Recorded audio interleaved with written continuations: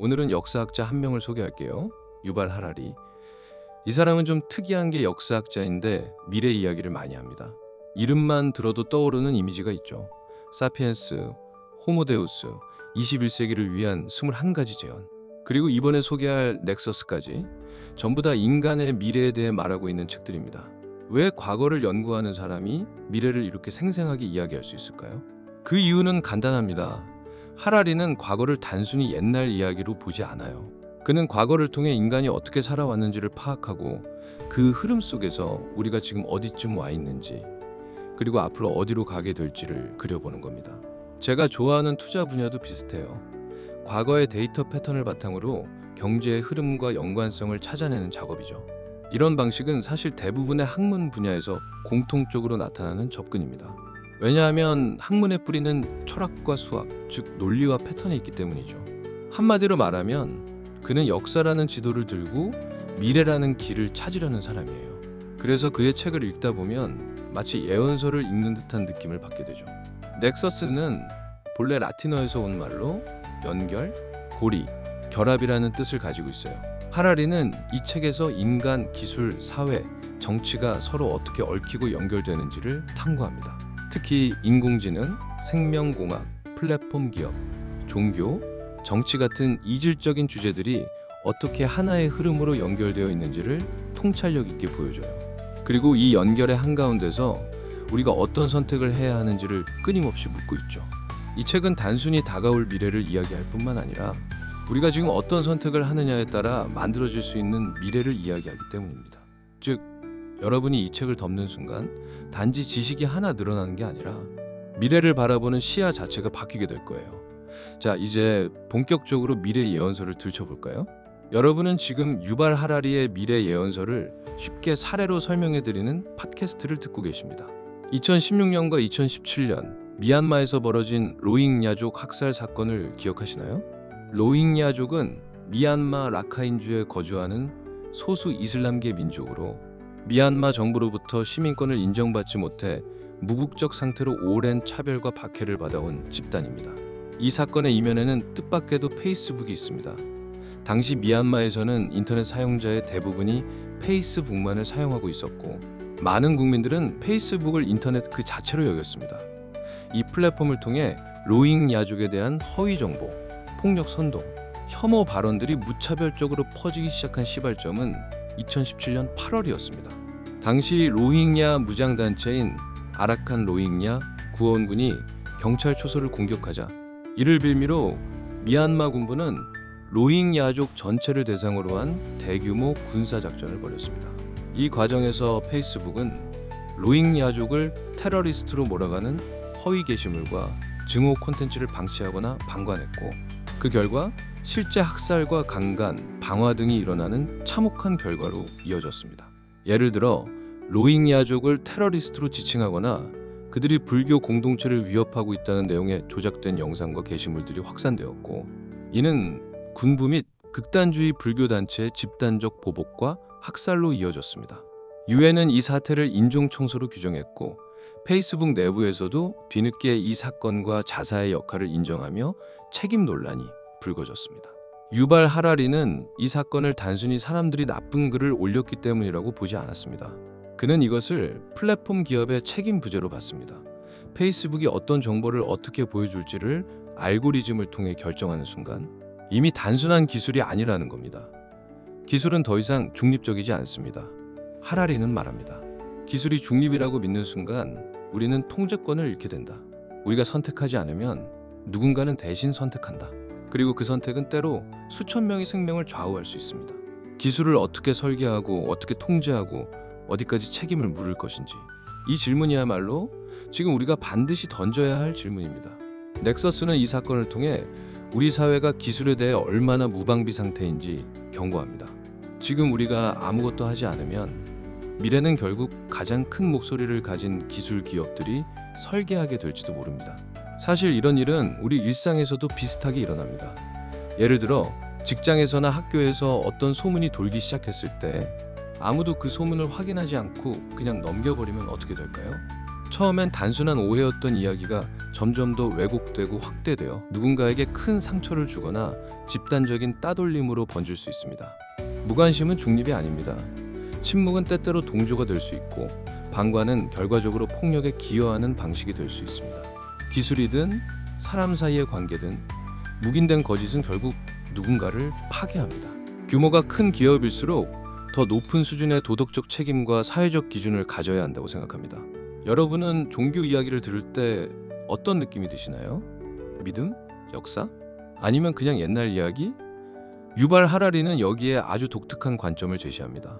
그는 종교 이야기를 단순히 신앙의 기록이나 도덕적 가르침이 아니라 수백만 명의 인간을 하나로 묶는 네트워크 기술이라고 말합니다. 하라리에 따르면 성경이 전달하고자 한 것은 단순한 진리나 사실이 아니었습니다. 오히려 그것은 사람들이 함께 믿고 함께 행동하게 만드는 공유된 이야기였습니다. 예를 들어 볼까요? 이스라엘 민족이 하나님의 선택을 받았다는 이야기는 단지 과거의 사건을 기록한 것이 아닙니다. 그것은 이 민족이 자신들의 정체성을 공고히 하고 같은 방향으로 나아가게 만든 강력한 서사였죠. 하라리는 이런 이야기를 인간 협력의 코드라고 부릅니다.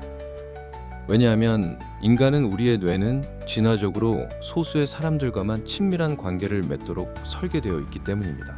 인지심리학자 로빈 던바의 연구에 따르면 인간은 약 150명 정도까지의 사회적 관계만 안정적으로 유지할 수 있는 능력을 가지고 있다고 해요.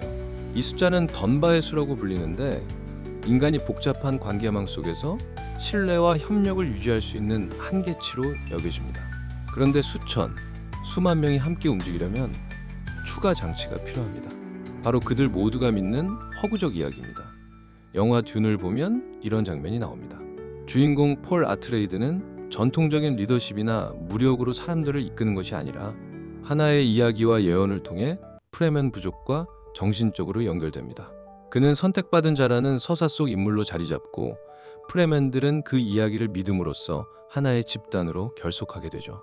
이처럼 신, 국가, 돈, 기업, 법, 이 모든 건 실제로는 손에 잡히지 않는 허구이지만 우리가 함께 믿기 때문에 현실이 되는 것입니다. 이런 관점에서 보면 성경이나 종교 신화는 단순한 종교 텍스트가 아니라 인류가 만든 최초의 소셜 네트워크이자 협력 시스템이라고도 할 수 있겠죠. 넥서스에서 하라리는 바로 이런 관점으로 성경과 종교를 바라보며 인간 사회의 작동 방식을 새롭게 해석합니다. 우리의 소셜 네트워크가 사람을 묶는 이유도 바로 여기에 있습니다. 사람들은 단순히 콘텐츠가 재미있어서 누군가를 팔로우하는 것이 아닙니다. 그 안에 담긴 세계관, 가치관, 정체성에 공감하고 스스로도 그 이야기의 일부가 되고 싶기 때문이죠. 그래서 유튜브나 인스타그램에서 1억 명이 넘는 구독자를 가진 계정이 생기는 겁니다. 그래서 미래로 갈수록 플랫폼의 권력은 점점 더 결정적인 위치를 차지하게 될 것입니다. 단순히 정보를 전달하는 수단이 아니라 사람들의 세계관과 가치관을 형성하고 공동체를 조직하는 핵심 축이 되기 때문입니다. 그건 단순한 정보의 교환이 아니라 신념과 감정의 연결망, 즉 현대판 종교적 네트워크의 또 다른 형태라고 생각합니다. 그리고 우리에게 묻습니다. 당신은 지금 어떤 이야기에 연결되어 있습니까?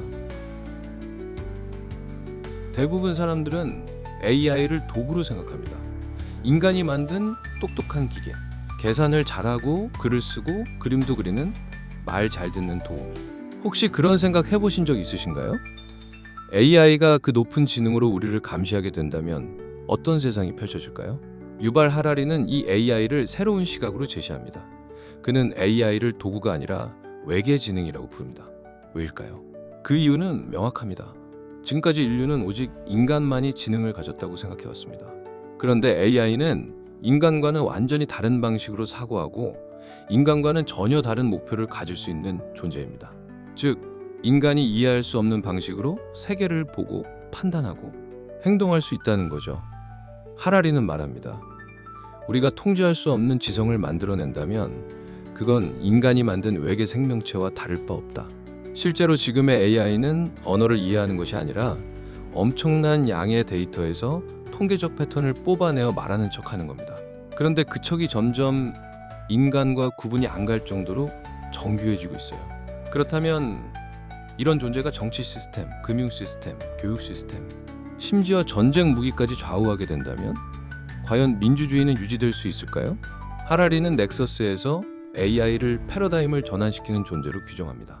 도구를 넘어선 하나의 의도를 가진 지능.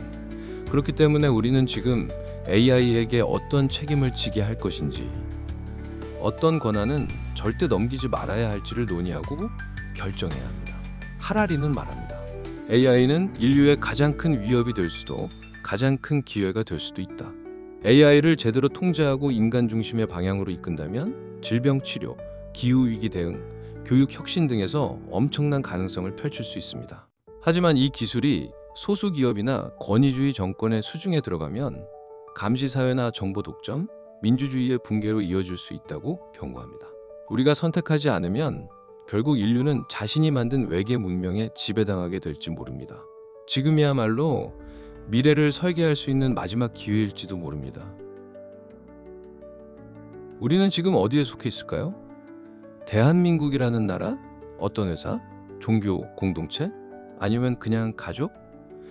우리는 모두 소속감을 가지고 살아갑니다. 그런데 유발 하라리는 이 소속감의 근간을 아주 놀라운 시각으로 풀어냅니다. 그는 말합니다. 돈, 기업, 국가는 실체가 아니라 우리가 함께 믿는 허구다. 이게 무슨 뜻일까요? 예를 들어 지폐 한 장. 그 종이는 본질적으로 별 의미가 없습니다. 그런데 모두가 이건 가치가 있다고 믿기 때문에 그 종이는 물건을 사고 팔 수 있는 힘을 갖게 되죠. 회사는 어떤가요? 법적으로는 법인이라는 이름을 갖고 있지만 실제로 존재하는 건 건물도 컴퓨터도 아닙니다. 그 기업의 존재는 우리 머릿속에 있는 집단적 믿음으로 유지되는 거예요. 국가, 종교, 법, 심지어 인권이라는 개념도 마찬가지입니다. 모두가 그것을 진짜라고 믿기 때문에 실제처럼 작동하는 겁니다. 하라리는 이걸 공유된 허구라고 표현합니다. 어쩌면 우리는 지금 영화 매트릭스처럼 수많은 사람이 만든 허구 속에 살고 있는지도 모릅니다. 겉으로는 현실 같지만 그 바탕은 모두가 함께 믿기로 약속한 이야기들로 구성된 세계일 수 있다는 거죠. 그리고 이 공유된 허구야말로 인간이 거대한 집단을 이루고 협력할 수 있게 만든 비밀 무기라고 말합니다. 왜냐하면 인간은 진화적으로 소규모 무리에서만 효과적으로 협력할 수 있도록 설계되어 있기 때문이죠. 하지만 종교, 국가, 돈 같은 이야기가 생기면서 수백만 명의 사람들도 하나의 정체성 아래서 움직일 수 있게 된 겁니다. 하라리는 이렇게 말합니다. 진실이 아닌 허구가 우리를 연결시킨다. 허구지만 믿음이 모이면 현실보다 더 강력한 힘이 됩니다. 그리고 우리는 지금도 그 허구 위에 서서 살아가고 있습니다. 하라리가 던지는 마지막 질문은 단순히 미래가 어떻게 될까? 가 아닙니다. 그는 말합니다. 미래는 정해지지 않았다. 사실 넥서스는 예언서가 아닙니다. 하라리가 제시하는 것은 예측이 아니라 우리가 선택함으로써 만들어질 수 있는 시나리오입니다. 기술은 칼과 같습니다. 쓰는 사람에 따라 생명을 살릴 수도 전쟁을 일으킬 수도 있죠. AI, 생명공학, 플랫폼 권력도 마찬가지입니다. 지금 우리가 어떤 기준과 가치를 가지고 선택하느냐에 따라 이 기술들은 인류를 구할 수도 있고 파괴할 수도 있습니다. 결국 중요한 건 신화가 아니라 신화를 쓰는 자입니다. 하라리는 말합니다. 인간은 신화에 의해 움직인다. 문제는 그 신화를 누가 쓰느냐이다. 지금 우리가 무엇을 믿고 무엇을 선택하느냐가 곧 우리가 살아갈 세상을 결정합니다. 여러분은 어떤 미래를 상상하시나요? 오늘의 이야기가 의미 있었다면 구독, 좋아요, 그리고 단 한 분에게만이라도 공유해주세요. 우리는 함께 더 나은 이야기를 써갈 수 있습니다. 감사합니다.